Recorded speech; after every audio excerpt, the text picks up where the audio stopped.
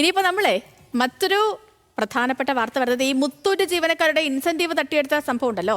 അതിലെ ഈ പ്രതികൾ അവര് മുൻകൂർ ജാമ്യത്തിനായി കോടതിയെ സമീപിച്ചു എന്നുള്ളൊരു വാർത്ത പുറത്തു വരികയാണ്. പ്രതികൾക്കായുള്ള തിരച്ചിൽ പോലീസ് ഊർജിതമാക്കി. ഇതോടെയാണ് ജാമ്യാപേക്ഷയുമായി കോടതിയിലേക്ക് പ്രതികൾ എത്തിയത്.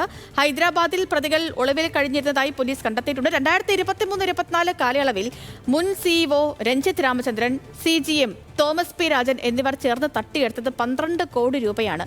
സഹിൻ ആന്റണിയുടെ വിവരങ്ങളുമായി. സഹിൻ, പോലീസ് പ്രതികൾക്കായുള്ള തിരച്ചിൽ വ്യാപിപ്പിച്ചു കഴിഞ്ഞു. മുക്കും മൂലയും അരിച്ചു പറക്കിയുള്ള തിരച്ചിലാണ്. ഈ തട്ടിപ്പ് 100 കോടി കടക്കുമെന്നാണ് പോലീസ് പോലും പറയുന്നത്.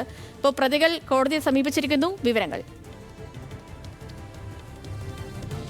അതുതന്നെയാണ് സേതു സൂചിപ്പിച്ചതുപോലെ തന്നെ ഒരുപക്ഷെ 100 കോടിയിലധികം രൂപയുടെ തട്ടിപ്പുണ്ടാകാമെന്നുള്ളൊരു പ്രതീക്ഷയിലാണ് പോലീസ്.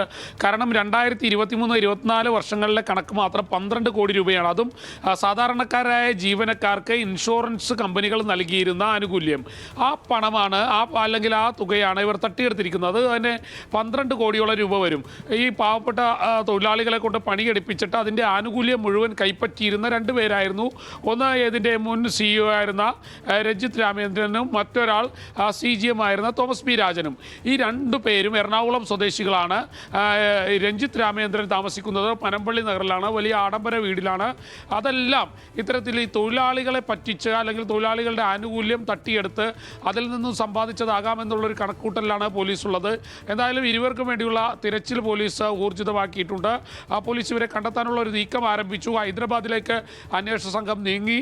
ഇതോടുകൂടി പിടിയിലാകുമെന്ന് മനസ്സിലായ പ്രതികൾ ഹൈക്കോടതിയെ സമീപിച്ചിരിക്കുകയാണ്. മുൻകൂർ ജാമ്യാപേക്ഷയുമായി പ്രതികൾ കോടതിയെ സമീപിച്ചിരിക്കുന്നു എന്നുള്ളതാണ് മനസ്സിലാക്കാൻ കഴിയുന്നത്.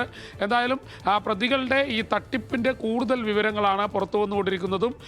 തൊഴിലാളികൾ വലിയ രീതിയിൽ പ്രതിഷേധത്തിൽ തന്നെയാണ്. കാരണം തങ്ങൾക്ക് കിട്ടേണ്ട ആനുകൂല്യമാണ് ഈ 2 മുതിർന്ന ഉദ്യോഗസ്ഥരും ചേർന്ന് തട്ടിയെടുത്തത്.